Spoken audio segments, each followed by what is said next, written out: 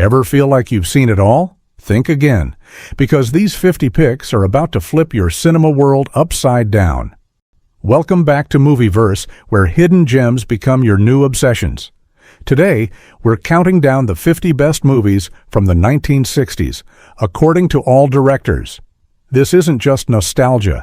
These are the films the greats themselves keep coming back to. Ready for the ride of your movie-loving life? Let's dive in. Breathless, 1960. Are you ready for some rule-breaking French New Wave energy? Jean-Luc Godard's Breathless tossed out Hollywood conventions and made every jump cut count. Jean-Paul Belmondo and Jean Seberg ooze cool as lovers on the lam, turning Paris into a playground of rebellion. Shot for pennies, often without permits, Godard improvised dialogue and camera angles, creating a film that feels alive, dangerous, and impossibly chic. Directors everywhere were floored. Suddenly, anyone could grab a camera and make art. Still hungry for cinematic revolution? Let's keep going. The Apartment, 1960. Billy Wilder's The Apartment is the bittersweet cocktail we all need, part romantic comedy, part corporate satire. Jack Lemmon plays an insurance clerk lending out his flat for his boss's affairs, while Shirley MacLaine's elevator girl breaks our hearts and heals them. With Wilder's signature wit and a script that cuts deep, the film won 5 Oscars, including Best Picture, and showed how comedy could tackle dark adult themes. The set was so big they used forced perspective with child extras to save money. Today, directors praise its emotional complexity and razor-sharp structure. L'Avventura. Michelangelo Antonioni's haunting, slow-burn mystery follows the disappearance of a young woman and the emotional void it leaves behind. Monica Vitti mesmerizes in her breakout role, while Antonioni's cinematography turns the Italian landscape into a metaphor for modern alienation. Booed at Cannes before winning a jury prize, L'Avventura is now revered for its hypnotic pacing and existential depth. A polarizing masterpiece that directors and cinephiles continue to debate. Are you prepared for a challenge? West Side Story, 1961. Stephen Sondheim, Leonard Bernstein, and directors Robert Wise and Jerome Robbins transformed Shakespeare into a feverish New York City musical. Natalie Wood, Richard Beymer, and Rita Moreno, who won an Oscar, light up the screen as love, loyalty, and heartbreak swirl through kinetic dance numbers. Filming in actual city streets and warehouses, the production was plagued by injuries and tension, but none of that shows in the final electrifying cut. West Side Story dominated the Oscars and reinvented what musicals could be. Yojimbo, 1961. Samurai meets spaghetti western in Akira Kurosawa's whip-smart tale of a nameless ronin who manipulates 2 warring clans.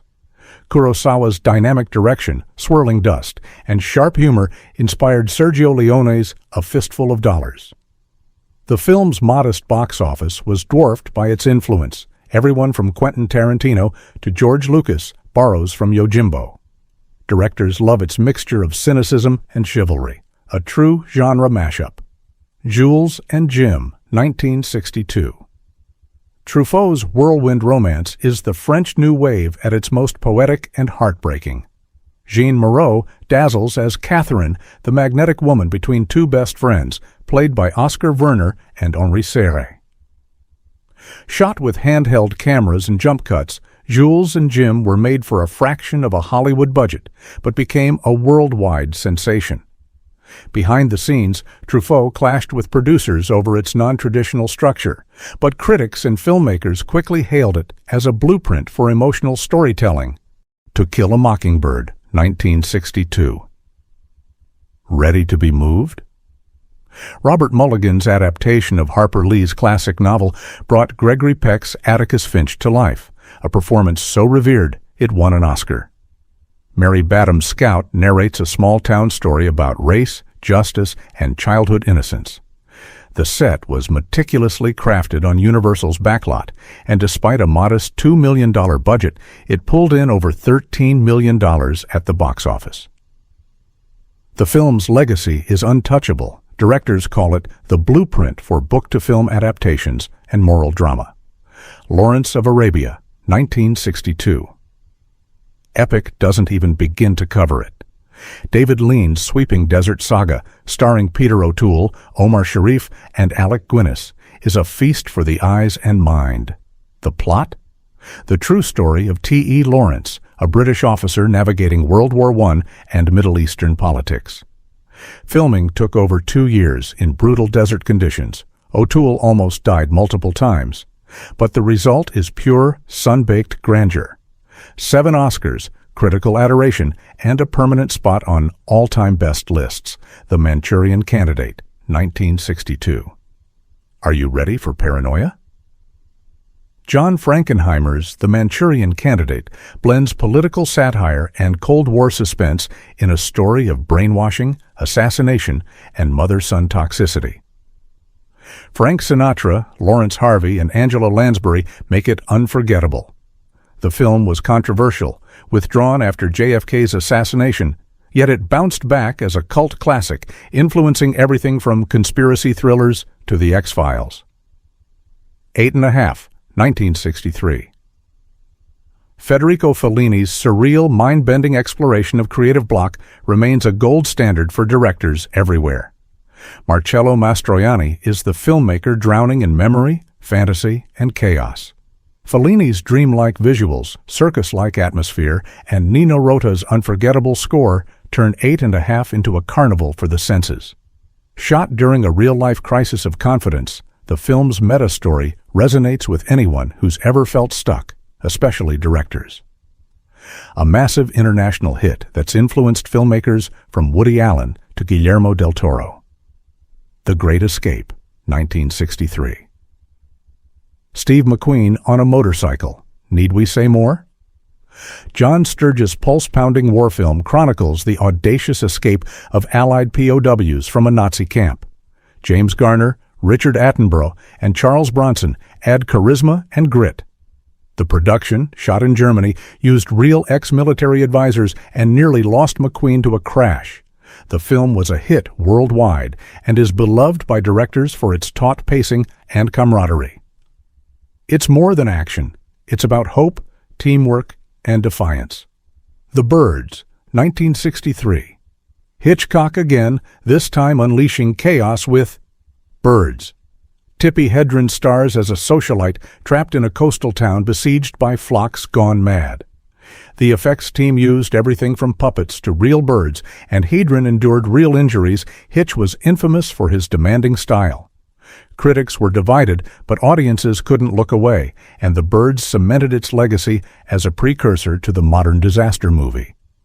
Directors hail its relentless tension and ambiguous ending. Contempt, Le Mépris, 1963. Jean-Luc Godard's bittersweet look at filmmaking and romance stars Brigitte Bardot and Michel Piccoli. The plot, a writer, a producer, and a failing marriage set against the sun-drenched cliffs of Capri. Legendary cinematographer Raoul Coutard created visuals as sumptuous as Bardot herself. Behind the scenes, Godard battled producers for control, just like his characters. Directors adore Contempt for its meta-narrative and lush aesthetic. Are you falling for the 60s yet? There's so much more to love.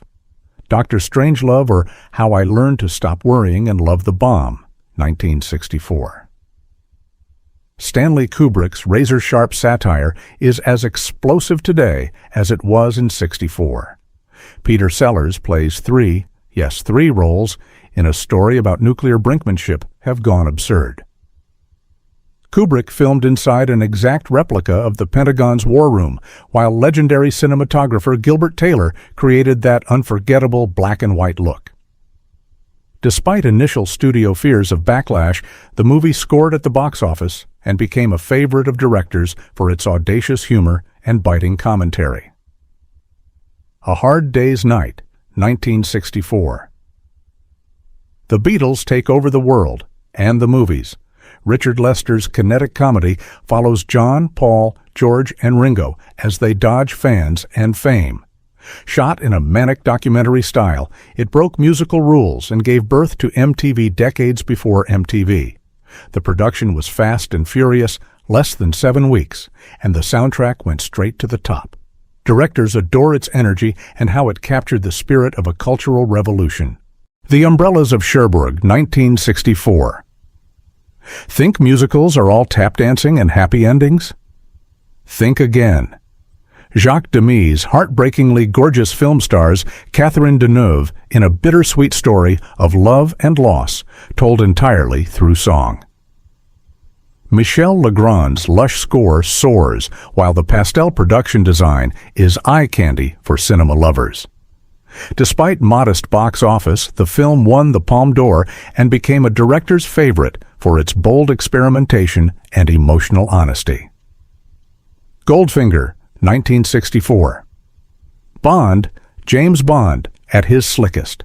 Sean Connery's third outing as 007 pits him against Gert Frobe's gold-obsessed villain. Guy Hamilton's direction gave us gadgets, iconic cars, and the gold-painted Shirley Eaton, forever burned into pop culture. The budget was big for the time, but so were the returns, over $120 million at the global box office. Critics and directors agree, Goldfinger set the template for all future spy films. A Fistful of Dollars, 1964. Sergio Leone's unofficial remake of Yojimbo introduced the world to The Man with No Name, played by a young, steel-eyed Clint Eastwood. Shot in Spain with a minuscule budget, the film's operatic violence, close-ups, and Ennio Morricone's wild score changed westerns forever. Italian critics hated it. American audiences loved it. Leone's influence is everywhere, and directors cite A Fistful of Dollars as the film that broke the mold. My Fair Lady, 1964. Lerner and Loewe's Broadway smash became a Technicolor extravaganza thanks to director George Cukor. Audrey Hepburn, dazzling as Eliza Doolittle, and Rex Harrison's Henry Higgins bring George Bernard Shaw's classic tale to glorious life. The production cost a then-whopping $17 million, but recouped it and more, taking home 8 Oscars. Directors love its scale, its costumes, and the magic of Hepburn's transformation. Repulsion, 1965. Roman Polanski's psychological horror follows Catherine Deneuve's descent into madness in a claustrophobic London flat. Shot on a shoestring, the film's sound design and Polanski's paranoid camera work turned the ordinary into the terrifying. British censors were appalled, but the film's audacity won over critics and filmmakers. Directors praise its unflinching minimalist terror. The Sound of Music, 1965. Julie Andrews spinning in an alpine meadow. Need I say more? Robert Wise's musical became a worldwide sensation, earning over $280 million and 5 Oscars. The behind-the-scenes story. Wild weather, Nazi extras, and a cast who bonded like family. From the hills of Austria to your living room, directors hail its mix of spectacle, sincerity, and indelible songs. Pierrot Le Fou, 1965. Jean-Luc Godard strikes again, this time blending crime, comedy, and romance. Anna Karina and Jean-Paul Belmondo go on the run, painting their love and violence across the French Riviera. The colors pop, the dialogue sparkles, and the fourth wall is shredded. Critics were baffled, but young directors devoured it. Godard's most anarchic film remains a symbol of cinema's boundless freedom. The Battle of Algiers, 1966. Are you ready for raw, revolutionary filmmaking? Gillo Pontecorvo's docudrama plunges you into the Algerian War with gritty realism. Non-professional actors, handheld cameras, and Ennio Morricone's pulse-pounding score made it feel like newsreel footage. Banned in France, praised by directors worldwide, it's now used by military and rebel groups as a textbook for urban warfare on screen. Essential, electrifying, unforgettable. Who's Afraid of Virginia Woolf? 1966. Elizabeth Taylor and Richard Burton trade razor-sharp barbs in Mike Nichols's adaptation of Edward Albee's stage masterpiece. The production was a powder keg, real-life marital tension, boozy nights, and censors pushing back against the frank dialogue. Taylor won an Oscar. The film redefined what adult drama meant. Directors love it for its emotional rawness and theatrical intensity. Loving these confrontations? Don't look away. Persona, 1966. Ingmar Bergman's psychological labyrinth stars Liv Ullmann and Bibi Andersson as two women whose identities blur and fracture. Shot in Sweden with stark black and white photography, Bergman's film is studied for its editing, sound, and dreamlike logic. Critics and directors alike call it a hypnotic masterpiece, inspiring generations to experiment with form and subjectivity. Are you ready for the art house rabbit hole? Blow Up, 1966. Swinging London never looked more enigmatic. Michelangelo Antonioni's first English-language film follows David Hemmings as a fashion photographer who may have captured a murder. Vanessa Redgrave co-stars, and the production boasted real-life models and musicians, including the Yardbirds. The film's ambiguity was controversial, but it won the Palme d'Or and became a director's go-to for lessons in atmosphere and tension. The Good, the Bad, and the Ugly, 1966. The granddaddy of all spaghetti westerns, Sergio Leone, Clint Eastwood, Eli Wallach, and Lee Van Cleef team up for a three-way duel across a landscape of dust, greed, and gunfire. Morricone's score is legendary, and the shootout finale is pure cinematic adrenaline. Shot on vast Spanish plains, plagued by accidents and budget woes, the film nevertheless became a box office giant and cult favorite. Directors worship its epic style and operatic excess. Daisies, 1966. Vera Chitilova's anarchic, kaleidoscopic Czech New Wave film stars two women wreaking havoc and eating everything in sight. The colors pop, the editing is wild, and the subversion of gender roles is still ahead of its time. Banned by the Czech government but beloved by avant-garde directors and feminists, Daisies is the ultimate punk rock movie of the 1960s. Still with me? The best is yet to come. Belle de Jour, 1967. Luis Buñuel's scandalous, dreamlike drama stars Catherine Deneuve as a bored housewife who moonlights as a prostitute. The story dances between reality and fantasy, filmed with Buñuel's dry wit and surreal style. French censors tried to block it, but it became an international sensation. Directors love it for its ambiguity and visual inventiveness. Deneuve's performance? Absolutely hypnotic. The Graduate, 1967.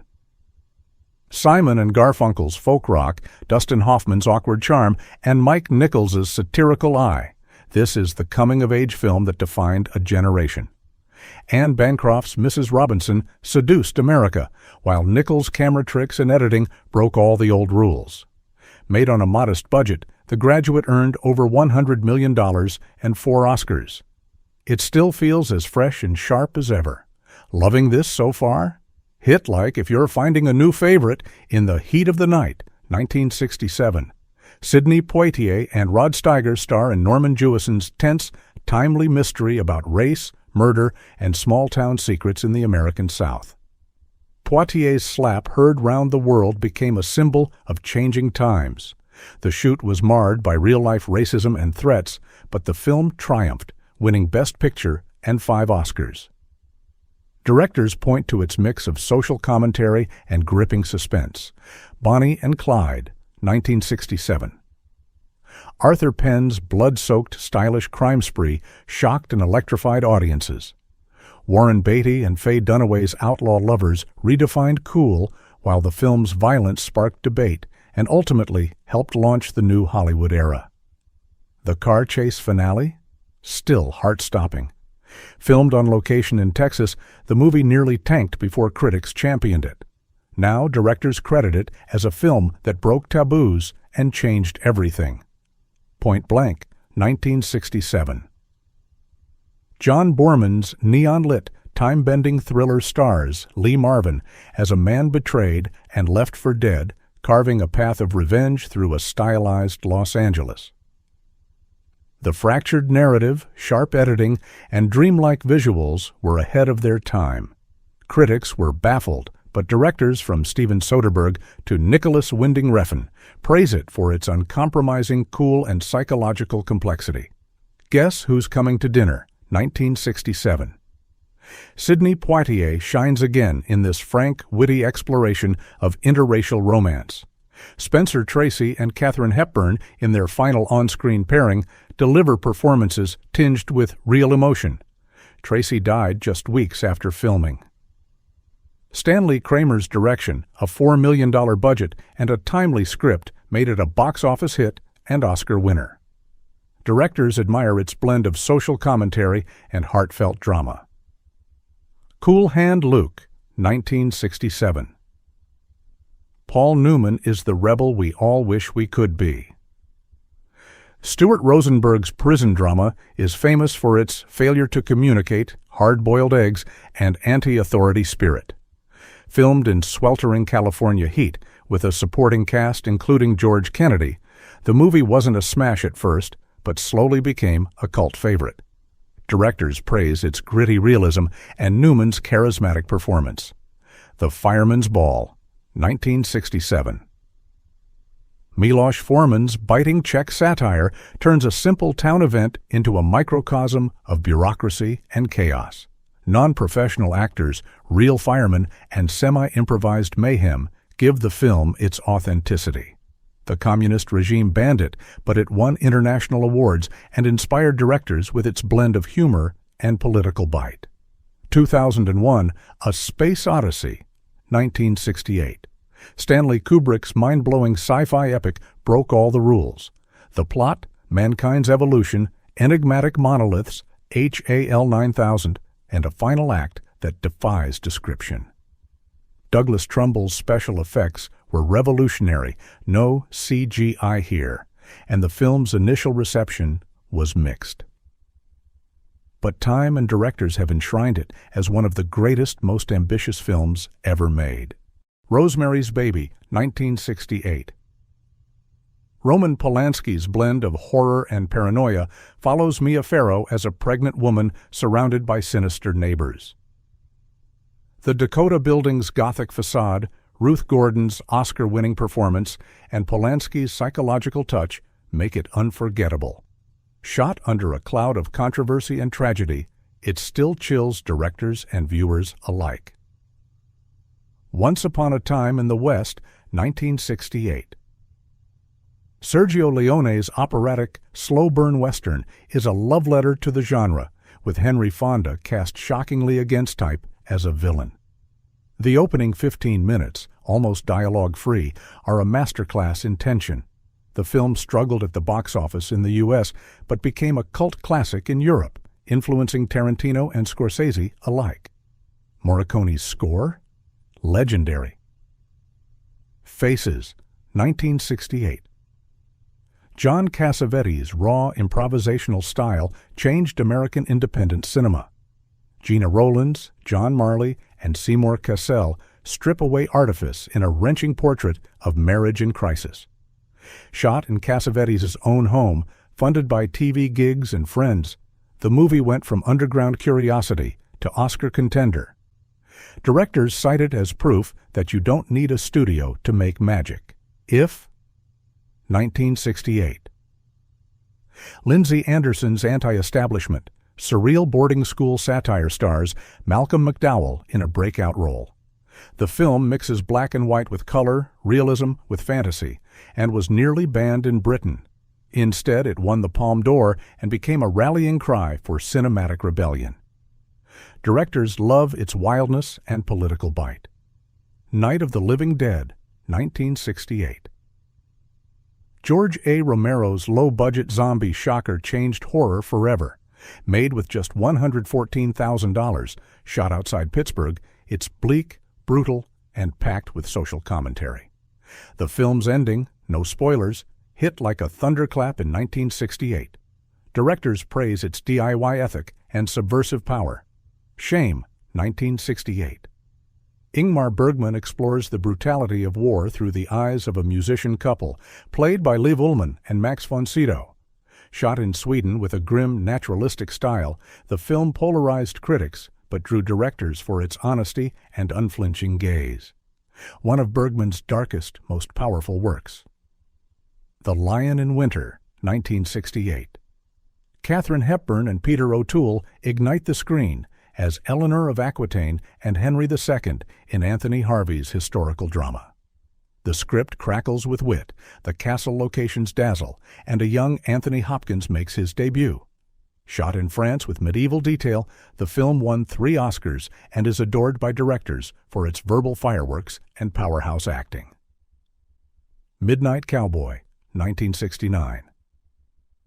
John Schlesinger's gritty tale of friendship and survival in the seedy underbelly of New York features Jon Voight and Dustin Hoffman in career-defining roles. The only X-rated film to win Best Picture, it tackled taboo topics with unflinching realism. Filmed on location, often guerrilla style, it was considered too raw by studios, but directors celebrate its empathy and fearless storytelling. Easy Rider, 1969. Dennis Hopper, Peter Fonda, and Jack Nicholson on the open road. Freedom, drugs, and disillusionment.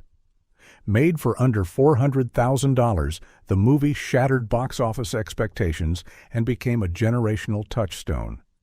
The fractured editing and rock soundtrack were revolutionary, and directors saw a new way forward for indie film. Easy Rider is the counterculture's howl of defiance. Butch Cassidy and the Sundance Kid, 1969. Paul Newman and Robert Redford's chemistry is off the charts in George Roy Hill's buddy western. William Goldman's witty script, Burt Bacharach's earworm score, and luminous cinematography make this more than a shoot-'em-up. The train robbery and cliff jump? Iconic. Directors love its blend of humor, melancholy, and myth-making. Zed, 1969. Costa Gavras's explosive political thriller electrified audiences and won the Oscar for Best Foreign Language Film. Based on real-life events in Greece, Zed moves at breakneck speed, blending fact and fiction. The production dodged censors, shot on location, and made heroes out of its cast and crew. Directors call it a template for political cinema, uncompromising, urgent, and unmissable. And there you have it, 50 unforgettable masterpieces from the swinging, seismic, soul-stirring 1960s. Whether you're reliving old favorites or discovering these razor-sharp gems for the first time, one thing's for sure, the golden age of cinema never fades. It just keeps on giving. So, what did we miss? What's your favorite 60s film? Drop a comment, smash that like button, and don't forget to subscribe to Movieverse, your passport to cinema's hidden treasures. Ring that bell because next time we're unearthing even more cinematic gold. See you at the movies.